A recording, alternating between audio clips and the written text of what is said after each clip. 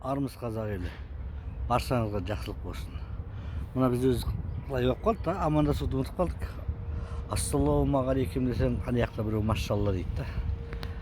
Армысың десең, біреу неге Алланың сәлемі болсын дейсің. Енді бір қызық жағдай болып тұр да. Біз жарты сөзді парсыдан алғанбыз, жарты сөзді арабтан алғанбыз, жарты сөзді өзбектен алғанбыз, жарты сөзді Қытайдан алғанбыз. Бірақ осы сөздің бәрін жинап алып, сөздік диалектика құрап алғанша біз мылқау болғанбыз. Енді жер бетінде сөздік қоры, словарный запастары қай елде қанша үлкен, соның ең үлкен словар кімде бар, және ол қаншалықты тереңнен қолданылады. Содан бастап алады да. Жердің бетінде бір мемлекет жоқ, ұлт жоқ. Қазақстықтың сөздік қорына жететін. Қазақтың сөздік қоры 2.600.000-нан астам, және оның әр сөзінде 2-3 балама бар. Ұқсастық бар. Компьютер переводтамайды оны. Бірақ біз арабтан алғанбыз дейді, ананың ың дегенін алғанбыз, ананың тың дегенін алғанбыз дейді. Біз оған әкесінің аузын ұрайын болғанбыз бұл өмірде. Енді осылардың ішінде неге бұл сөзді айтып жатырмын? Бір сөзді айтып жатсаң, жаңағы ассалаумағалейкум арабтіке, армысың ана иттіке, мынау биттіке дейді. Қазаққа бірдеңке беріңдерші. Қазақта екі-ақ нәрсе қалды, қазір білесіңдер ме? Бұтына киіп жүрген тұрсүйы өзінікі. Содан кейін төлейтін кредиті өзінікі. Қалғанның бәрі басқа ұлттікі. Бір затты қазаққа қойсаңдаршы. Неге бұндай күйініп айтты дейсіздер ғой? Мен ас берем деп атсам, манан айтып, мынаны айтып атсам, маған айтады біреусі. Қыртпаш депті да. Ол байқұс өзінің әкесі, шешесінде сыйламаған адам. Бірақ бір таңғалатыны, сол айтқан адам, қыртпаш деп айтқан комитетчик адамды мен оны жақсы білем. Оның парақшасында жақсы білем, ол қай күн ашылып, қай күн минуты жасағандарын білмеймін. Бәрі ақымақтың істейді ғой. Бірақ мынандай қызыққа таңғаламда, сол комитетті, мен аңдып отқан комитеттің көкесі менің комитетімде маған сен анау қарап жатыр деп айтады. Неге дейсің ғой? Өйткені олардың көкесі жаратқан ғой. Олардың да менің де көкем. Мен түсімде көргенде маған кім қай жерден жамандық жасап отқан айтылады. Және кім қай жерден мені шалайын деп отқан айтылады. Осындай үлкен дүниелердің ішінде Ақжол дейді. Ақжол ұстап жүргендер бар. Қазір Ақжол ұстап жүргендер бар. Кемпір шалына дейін грамота Алладан алды да грамотаны. Билеп жатыр. Ұрып жатыр. Соны ата жол дейді да. Бірақ осылардың бәріне қалсаң, менікі прав, менікі бар. Біреусі ата жолын білмейді. Біреусі аруақ жолын білмейді. Неге дейсің ғой? Аруақтардың өздері қойған орындары бар. Әр рудың өзінің тұратын орны бар. Әр жерде әр атаның беретін батасының орны бар. Осы бір 30 жылда, биыл 35 жыл болды біздің емшілікті құрғанға дегендер тойлап атырақа, осылардың біреусі бір атаның орнын білмейді. Аруақ аралап жүр, бәрін істеп жүр дейді. Болды дейді, қарамайды сенің артында тұрған киең мен иеңді қарамайды.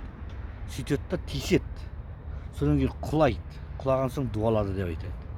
Енді мен айтам да, бұл бетпақтық, топастық. Ең ұлы адам қазақ айтқан, таспен атты ма, аспен атты дейді. Мен бәрін аспқа шақырып жатырмын. Кеңдер, осы дастарханның үстінен жақсың бар, жаманың бар отырып, емші Құран ұстап жүрсің ба, ел билеймін деп тұрсың ба, тарихты айтамын деп тұрсың. Кеңдерші осы дастарханның басынан. Бір Алланың әмірі болсын десем, біреусі қыртпа, ол ас қабыл болмайды дейді да.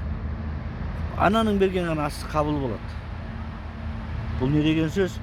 Бұл біздің қазақтың деңгейінің жеткен жері. Өйткені олар асты атақпен бағалайды. Анау бір атақты қорасында тұрған өлетін мал ауру екен алып сен жей сал десе, алады да жей салады. Анау берді ғой. Ал бір кедей малын бір түрлі болып тұр. Аға сойып таратайын демем, жоқ ол қабыл болмайды дейді да. Күннің артынан күн жарқыраған заман. Ал енді мен қазаққа дәулет, ырыс, бақ, қонды деп жатырмын. Біреулер бүгін порталды мынаны ашамыз, ертең порталдан ашамыз дейді. Біздің ғаламшар солардың қолында кілт, ана жерден бар бір кілт ташады, мына жерден бір кілт ташады. Бірақ мен бәріне айтарым, келіңіздер менің дастарханыма, отырыңыздар. Мен дұшпаның емеспін, мен жауың емеспін. Ал енді осы жерде комментарий жазып жатқандар, арнайы бар басқа шақырып жатырмын. Неге? Таспен атып жатыр мені. Дұшпан қайда, дос қайда?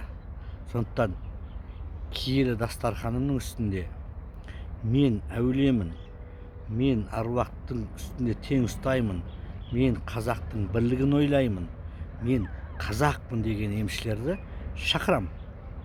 Келіңіздер. Содан кейін бәрі айтады, сен ананы сөйтесің, бүйтесің деп. Мен де қобызшымын. Мен де сол күні сендерге бір қобыз ойнап берейін. Музыкалық емес, мен бақсылық қобыз ойнап зікір көтеріп берейін. Жерден 1 метр көтеріл десең көтеріліп берейін, 1 метр түс десең түсіп берейін. Бірақ мен төріме шақырдым ба, бәріңнің құлың болып жұмыс жасай аламын. Не үшін? Қазақ айтқан, ұлық болсаң кішік бол деп. Сондықтан мен шақырам. Ал енді жете алмаймыз, бірақ қабыл болсын ниетің десеңіздер, Каспий менде болады. Народныйда бәрібір нөмір білесіздер, 707 362 25 77 деген ол менің нөмірім. Каспийде, Народныйда да сода. Бірақ бұның бәрін не қыл деп отырмын? Өйткені білім іздеу керек, оқу керек. Мен қайта-қайта айталап жатырмын, уже мен құрбандықтың малымды да бәрін дайындап қойып қойғам. Неге қайталап 1 теңге болса да деп жатырмын? Өйткені халықтың ниеті керек ол жерге. Ниет. Маған анан талтайып тұрғаны керек жоқ, маған ниеті ғана керек. Халықтың бірлігі. Және екінші мынандай дүниені жақсы көремін. Ұлы адамдар әр кезде кішкентай дүниені жарқыратып көрсетеді. Топас адамдар үлкен дүниені күл талқаны шығарып көрсете алады. Бірақ мәселе одан емес. Менің төріме келген кезде мынаны ұмытпаңыздар. Анау Арыстан бапта янағыдай бізде шикарин жоқ, кішкентай төбеге Құран оқисыңдар. Содан кейін айтарым, біздің ауыл жаққа келіп сынаспай келіңіздер. Талай емші кірген, талайының аузы қисайып кеткен. Өйткені бізде әулиелер томпақ болып жатқанменен, бізде шырақшы болмағанменен шөлді өліп қалдайсыздар. Сұлдарыңыздар қалап келіңіздер келетіндеріңіз. Неге десең, біздің әулиелер әлі ешкім бармаған соң кәдімгі тірі адамдай келіп сөйлесетіндер бар. Мен емшілерім дегеннің көзіне көрінетін. Соған дайын келіңіздер. Және өздеріңізге сеніп келіңіздер. Мен аруақты таза ұстап жүрмін деп. Неге десең, талай періштені көрген мен тап-тазамын деп келіп, ұрынып аяқ қолы татылып кеткен. Талай қажын алып барған мен ауылыма. Осы 21 жылдың ішінде мен 13 рет еліме караван апарған екем. 13 рет барғанда 13 адамның ана дүниеге өткізіп ала жылдадым. Неге десең, күнде барып, бүйтіп бір дискотека қойып, ары жерге барғанда біреу құмған ұстап, біреу төсегін салып, біреу қазан асып тұрған жоқ біз жақта. Біз жақта мүлдем басқаша. Әлем басқаша. Табиғат басқаша. Табиғи күш басқаша. Осының бәрін игерем, мен қазақпын деп беріңдер. Ал мені игерем десеңіздер, пожалуйста, мен көнем. Бірақ сол Құдай игертсе екен біреуіңізді маған. Мен сіздермен бірге болатым. Ал енді Қыдыралдан шыққан ақыл қыздар, құжатсыз жүргендеріңіз, мен ұлтты қор ашып қойғам, гид жасаймын, мен тарихи жерлерді көрсетем деген әрқайсыңызға қағаз бере алам. Ұлттық мүддені ғана қорғау үшін. Мен сендерге емшілік беріп, ай жерге барып айқар емес, тек қана керуен алып жүріп, аруақтарды таныстырып, құрбандық шалып шығуға қағазым бар, бере алам.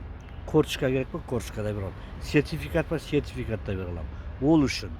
Ал мен ем жасап, қуалап кетем деген емес. Бірінші адам ұлы емші болам десең, қазақ болам десең, салт дәстүріңе және өзіңе берік бол, қалғанын Құдай береді. Бар болыңыздар ағайын.